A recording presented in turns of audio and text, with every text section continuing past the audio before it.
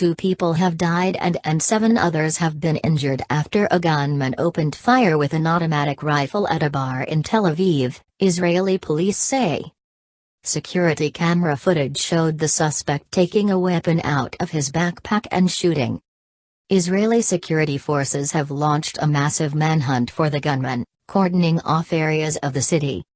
The incident took place in Dunkoff Street, a busy part of the city center filled with bars and cafes.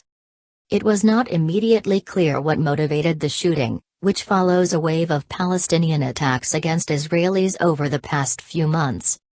Police spokesman Mickey Rosenfeld told the BBC, "It's not clear what the background of the incident is, if it's a terrorist attack or if it's criminal-related." 4 of the wounded had suffered serious injuries, he said. Members of the Israeli security forces stand outside a pub following an attack by an unidentified gunman who opened fire, killing 2 people and wounding 5 others in the Israeli city of Tel Aviv on January 1, 2016. Image copyright AFP. Image caption.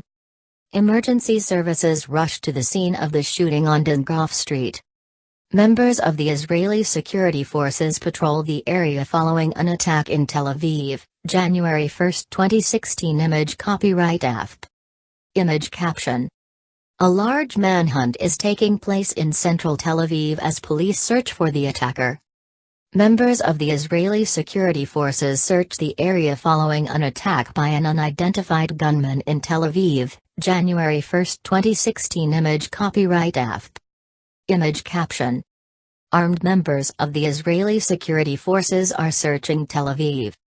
Undercover units and counter-terrorism units were working in different areas of Tel Aviv, Mr. Rosenfeld said, adding that no specific warning of an attack had been received.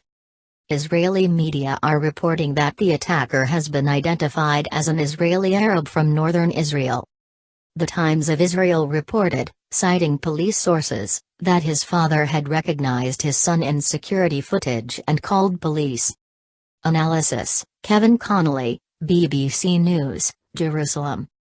While 1st of January is not New Year's Day in the Jewish state, Friday afternoon would be the peak of the weekend, and this was a party area of Tel Aviv.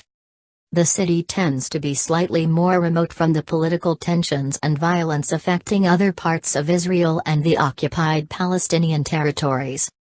There has been speculation that if the bar was popular with the gay community, it may have been a hate crime. It remains a possibility that there was some kind of link to organized crime. But until the perpetrator is captured, it is not clear what the motive may have been. A spokesman for the Israeli ambulance service, Zaki Heller, said people inside and outside the bar had been hit. Some of the wounded were inside the pub. 3 of them were lying unconscious and the rest were on the sidewalk, pavement, he said. Footage from a neighboring food store shows the gunman, who appears to be a young man, wearing protective glasses or sunglasses, and dressed in dark clothes, choosing dried fruits or nuts. Moments later, he returns the items, gets an assault rifle out of his bag, leaves the shop and can be seen opening fire from near the doorway. He is believed to have made off on foot. CCTV image from Tel Aviv shooting showing attacker choosing food items, January 1, 2016. Image copyright Israeli Broadcasting Authority. Image caption. The suspect appears to be choosing dried fruit or nuts in this image from the grocery store.